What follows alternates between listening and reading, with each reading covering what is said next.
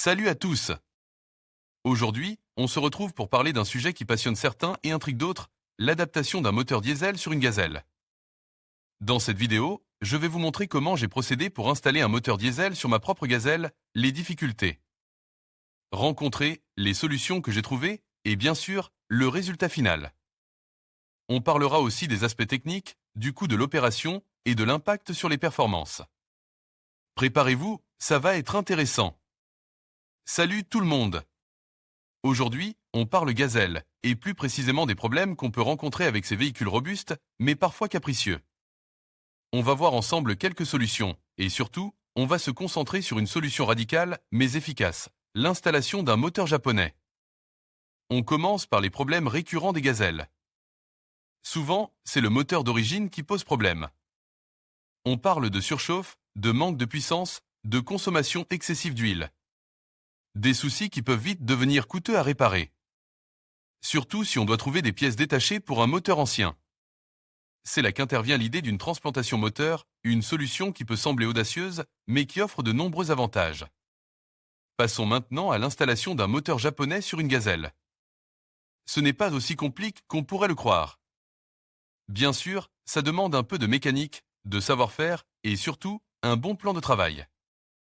On va détailler les étapes clés dans la vidéo, avec des images claires et précises. Vous verrez, avec les bons outils et un peu de patience, c'est tout à fait réalisable. On parlera des adaptations nécessaires, des points d'attention et des pièges à éviter. L'objectif est de vous donner toutes les clés pour réussir cette transformation. Avant de parler de l'installation du moteur japonais, parlons un peu des moteurs de gazelle d'origine. On retrouve principalement le ZMZ4OHTWO et le ZMZ4OHSIX. Ce sont des moteurs robustes, mais comme on l'a vu, ils peuvent présenter des faiblesses avec l'âge. Comprendre leurs points forts et leurs points faibles est essentiel pour mieux appréhender le projet de remplacement.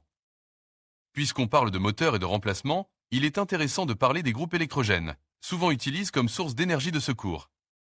Parmi les groupes électrogènes à essence les plus populaires, on retrouve des modèles bases sur des moteurs similaires à ceux des gazelles. C'est une bonne occasion de comparer les performances et la fiabilité de ces différents moteurs. Concentrons-nous maintenant sur le groupe électrogène ZMZ4OHTWO. Ce groupe électrogène est largement répandu, et sa popularité est due à sa robustesse et à sa relative simplicité. Cependant, il présente aussi des défauts. On va passer en revue les pannes les plus fréquentes, les causes possibles et les solutions pour les réparer. On parlera de maintenance préventive pour éviter les problèmes et prolonger la durée de vie de votre groupe électrogène. On va maintenant analyser les principaux défauts du groupe électrogène ZMZ4OHTWO et on fera une comparaison avec le ZMZ4-OHSIX. On verra les points communs et les différences entre ces deux modèles et on identifiera les faiblesses spécifiques à chacun. L'objectif est de vous aider à choisir le groupe électrogène le mieux adapté à vos besoins.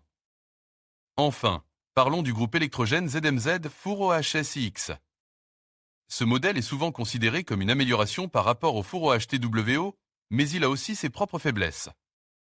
On va détailler ses caractéristiques techniques, ses avantages et ses inconvénients, et on comparera ses performances avec le modèle précédent. On terminera par quelques conseils d'entretien pour optimiser sa durée de vie et son efficacité. Salut tout le monde et bienvenue sur NVA Motorblog. Aujourd'hui, on parle d'un sujet qui passionne beaucoup d'entre vous, installer un moteur diesel sur une gazelle. On va explorer plusieurs options, en commençant par les points faibles des moteurs d'origine. Alors, parlons des principaux défauts du ZMZ400 le moteur essence souvent monte sur les gazelles. On retrouve fréquemment des problèmes de consommation d'huile excessive, une usure prématurée des segments de piston et une fiabilité générale assez discutable, surtout sur les modèles plus anciens. L'entretien est souvent coûteux et complexe, et les pièces détachées ne sont pas toujours faciles à trouver. Bref, un moteur qui peut vite devenir un vrai casse-tête. Passons maintenant à une alternative intéressante, le UMZ for 200 TWO 116. Ce moteur, lui aussi assez répandu, offre une puissance correcte pour une gazelle, mais il présente aussi ses propres faiblesses.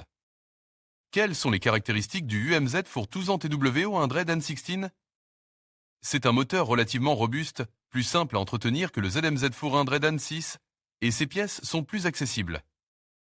Cependant, il reste un moteur essence, donc la consommation reste un point sensible et sa longévité bien qu'améliorée par rapport au ZMZ 406 n'est pas exceptionnelle. on observe parfois des problèmes de surchauffe et des fuites d'huile. Maintenant, abordons les principaux défauts du UMZ 4200 TWO 116. Comme je le mentionne, la surchauffe est un problème récurrent, souvent lié à un système de refroidissement défaillant. De plus, l'usure des coussinets de bielle peut survenir prématurément, nécessitant une réparation coûteuse. Enfin, la consommation d'essence reste un point noir pour ce moteur.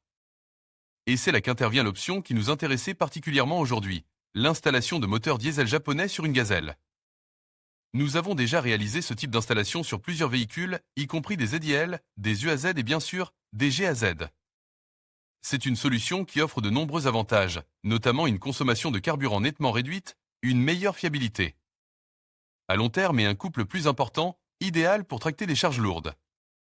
Dans notre premier essai, sur une gazelle, nous avons constaté une amélioration spectaculaire de la performance et de l'économie de carburant. L'installation, bien qu'exigeant des compétences mécaniques, n'est pas insurmontable. Nous avons détaillé l'ensemble du processus dans une vidéo précédente, n'hésitez pas à aller la consulter. Parlons maintenant du moteur de la Gazelle Next. Ce modèle, plus recent, est équipé d'un moteur plus moderne et plus performant. Cependant, l'installation d'un moteur diesel sur une gazelle plus ancienne reste une option attractive pour améliorer ses performances et sa fiabilité. Enfin, intéressons-nous au Cummins ISF TWO.8, un moteur diesel très populaire pour sa fiabilité et ses performances. Ses caractéristiques sont impressionnantes, un couple élevé à bas régime, une faible consommation et une robustesse à toute épreuve. C'est un choix excellent pour une conversion diesel sur une gazelle, mais l'installation est plus complexe et coûteuse. Il faut bien peser le pour et le contre avant de se lancer dans ce type de projet. N'oubliez pas de vous abonner pour ne rien manquer de nos prochaines vidéos.